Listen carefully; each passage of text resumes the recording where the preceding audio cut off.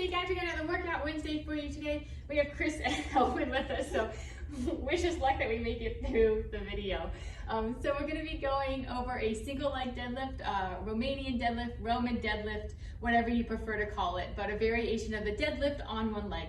So the deadlift is a great exercise for runners because it targets your legs, hip, back, core, since it is a multi-joint exercise, meaning that we're using multiple joints and we're moving at multiple joints as we do the exercise. For running, the posterior chain, which is the muscles all along the back here, are super important. This targets all of those with the glutes, the hamstrings, and those surrounding musculature.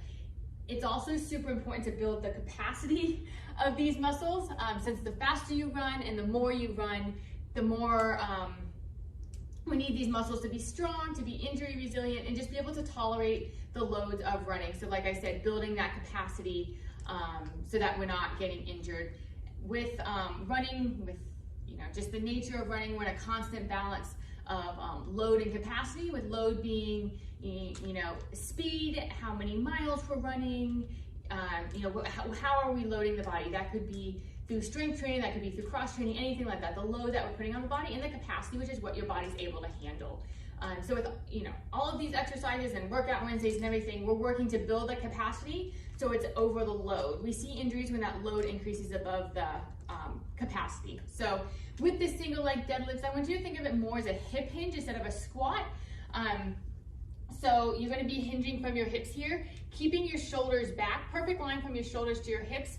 With the single leg, you're going to have a little bit of bend in your knee, just enough that it's not locked out, but I don't want you to bend it more as you hip hinge or pivot forward.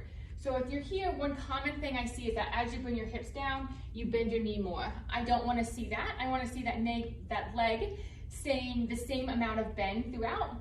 And then you're going to pivot from your hips, bring your shoulders forward, try and get to where you're parallel to the ground, and then stand up. And especially for runners, driving that knee forward, since that is so similar to the running motion. Another thing to think about when you're doing this is to evenly distribute your weight through your foot. So not letting your toes come up, not letting your heels come up, but really thinking about distributing that weight evenly throughout your entire foot, while of course trying to maintain balance throughout and keeping your hips square. And what I mean by that is when you're pivoting forward here, you're not getting this rotation. You'll typically rotate towards that back leg, opening up the hips. I want you to try to keep your hips parallel to the ground, keeping them square, okay? So with no weight, which is what I would recommend starting with, you're gonna be on one leg. Your hands can just be relaxed by your side. You're gonna pivot forward, be about parallel to the ground. Pause for just a second or two, and then stand up and drive that knee forward. We recommend starting with 2 sets of 10 on each side till you get that motion down. Once you feel comfortable with that, a progression would be with weights. Did you get my weights? With weights. So you have them in both hands, and then same thing. I'll do the other leg. You're gonna stand on one leg, pivot forward, just bring those weights down in front of you, pause, and then when you come up, you're gonna drive that knee forward, okay? So adding weight will make it more difficult, and then adding an unstable surface. So a foam, a Bosu, they do different things. It's not necessarily that one's a lot harder than the other. A lot of times people think the Bosu's harder, but sometimes when you go back to the foam, it's a little harder. So you're gonna stand on one leg and same thing. Pivoting down, a little more balance required, and then stand up and drive from the knee. So those are a couple of variations of that.